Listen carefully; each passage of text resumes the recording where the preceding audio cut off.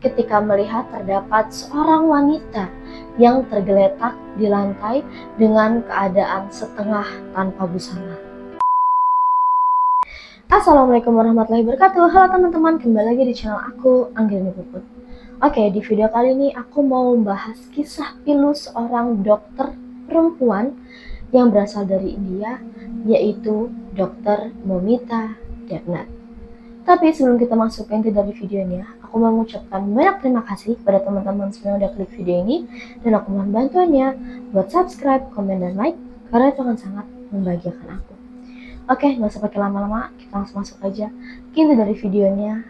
Let's play. Dr. Momita Debnath, atau yang lebih dikenal dengan nama Dr. Momita, adalah seorang dokter perempuan yang berusia 31 tahun yang bekerja di Rumah Sakit Arjikar Medical College and Hospital dan merupakan mahasiswi lulusan dari Arjikar Medical College di Kolkata, India. Dr. Momita ini lahir di Kolkata, India pada tahun 1993 dan sang ayah berprofesi sebagai insinyur dan ibunya berprofesi sebagai guru. Sejak kecil, Dr. Momita ini dikenal sebagai anak yang sangat-sangat berprestasi. Dari mulai pendidikannya di tingkat dini sampai ke jenjang perkuliahan, Dr. Momita ini dikenal sebagai mahasiswi yang sangat-sangat berprestasi. Dr. Momita lulus dari jenjang S1-nya pada tahun 2014, langsung dilanjutkan ke jenjang S2-nya dan lulus pada tahun 2016, bahkan langsung melanjutkan ke studi doktoralnya dan lulus pada tahun 2020. Menurut informasi, Dr. Momita ini adalah seorang dokter yang sangat-sangat humble kepada pasiennya. Ia memiliki sifat yang hangat dan penuh kasih sayang. Selain itu, Dr. Momita ini juga aktif di berbagai penelitian medis, bahkan ia dapat menerbitkan beberapa makalah di jurnal medis ternama. Serta ia mampu berkontribusi untuk kemajuan ilmu kedokteran. Bahkan, Dr. Momita ini sering diundang sebagai pembicara dalam berbagai seminar, baik itu seminar nasional maupun internasional. Nah, dari prestasi Dr. Momita yang cemerlang ini, di balik itu semua terjadi kejadian yang sangat memilukan. Kita langsung masuk aja ke kronologinya. Let's play. Hari Jumat tanggal 9 Agustus tahun 2024 adalah hari di mana Dr. Momita kehilangan nyawanya.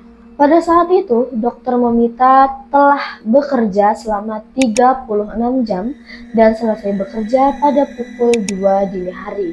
Karena kondisinya yang sudah sangat lelah dan di rumah sakit tersebut tidak terdapat tempat untuk istirahat para dokter, Dr. Momita memutuskan untuk beristirahat di ruang seminar.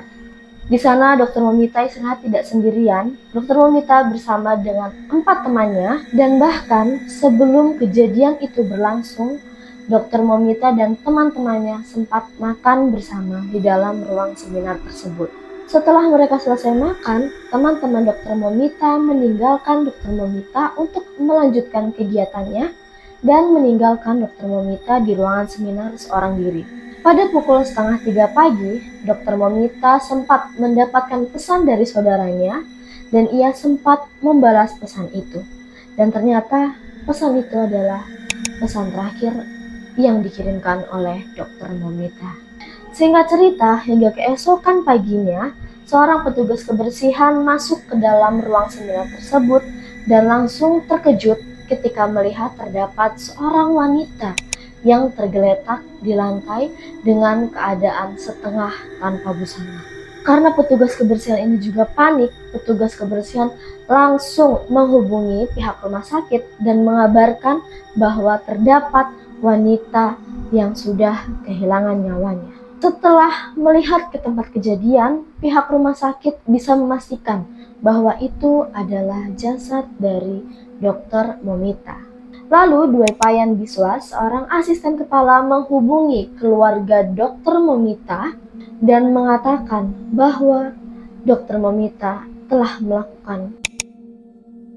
Keluarga korban langsung bergegas menuju ke rumah sakit, namun sesampainya di rumah sakit, keluarga korban ditahan, dilarang, dan tidak bisa melihat jasad korban selama 3 jam. Setelah 3 jam berlalu, akhirnya keluarga korban dapat melihat jasad korban, dan setelah dilihat ternyata tidak terlihat sama sekali bahwa korban ini melakukan penghilangan nyawanya sendiri. Karena yang terlihat adalah luka-luka luar yang sangat-sangat mengerikan. Karena saat itu keluarga Dr. Momita melihat kaki dari Dr. Momita telah tertekuk 90 derajat dan terdapat luka-luka fisik yang sangat mengerikan. At least, misalnya Dr. Momita ini mau menghilangkan nyawanya sendiri, pasti akan memilih cara dengan tidak menyakiti dirinya sendiri. Jadi pilih cara yang cepat biar nggak ngerasain sakit yang berlebih.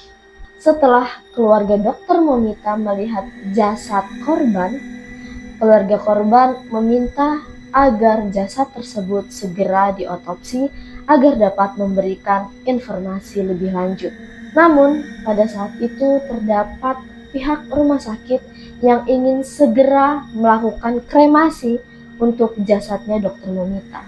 Setelah berdebat panjang, akhirnya keluarga korban memenangkan agar jasad tersebut bisa diotopsi. Di sini aku mau menjelaskan hasil dari otopsi jasad korban, tapi buat teman-teman yang gak kuat, ya ini warning aja karena mungkin ini akan sedikit mengerikan. Hasil dari otopsi tersebut menerangkan bahwa kemungkinan besar Dr. Momita diserang dan mengalami aksi ruda paksa oleh lebih dari 10 orang. Kenapa bisa ditentukan lebih dari 10 orang? Karena menurut informasi yang aku dapat, terdapat cairan air mani sebanyak 150 mg yang ditemukan di kemaluan korban. Karena normalnya apabila satu pria mengeluarkan air maninya hanya sebanyak 2 sampai dengan 6 ml. Selain itu terdapat banyak luka cekikan di leher korban dan itu yang menyebabkan korban kehilangan nyawanya karena menyebabkan patah di tulang lehernya.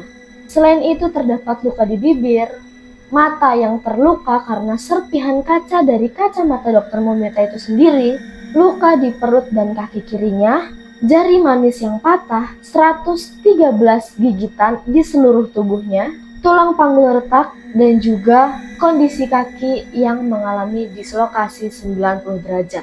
Dislokasi itu jadi kayak kepelintir, kayak ketekuk gitu 90 derajat guys. Dan gak cuma itu, dari bagian kemaluan korban juga terdapat robek. Astagfirullahaladzim.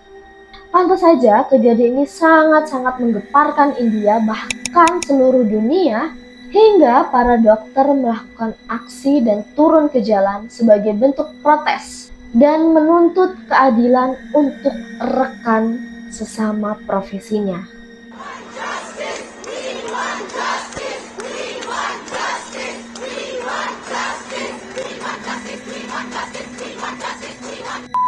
Karena memang dari berbagai informasi yang aku dapat, India itu lagi marak kejadian kekerasan terhadap perempuan.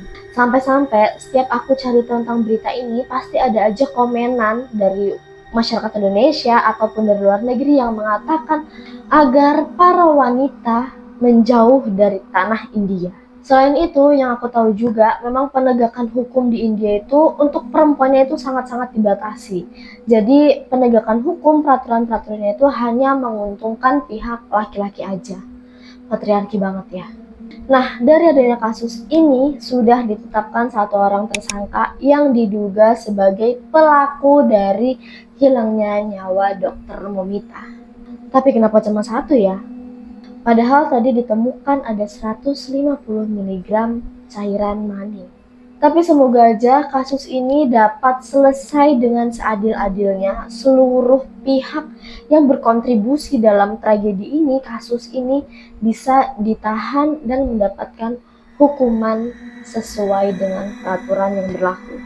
Mungkin itu aja pembahasan kali ini. Aku jujur merinding banget ketika aku cari informasi dari kasus Dr. Momita ini, sampai aku ngetik, sampai aku take video, kayak masih belum sanggup aja buat ngebacain hasil otopsi, ngebacain kronologinya. Maaf banget juga kalau terlalu belibet dan susah untuk dipahami karena ini kayak mau pecah gitu rasanya kepalanya ketika aku baca ini lagi. Tapi ya semoga ini bisa dipahami. Semoga kita juga dijauhi dari orang-orang yang jahat dan berniat jahat kepada kita. Amin. Oke guys, mungkin itu aja pembahasan kali ini. Terima kasih udah nonton video aku sampai selesai. Jangan lupa bantuannya buat subscribe, komen, dan like karena itu akan sangat membahagiakan aku. Terima kasih. Wassalamualaikum warahmatullahi wabarakatuh. Bye.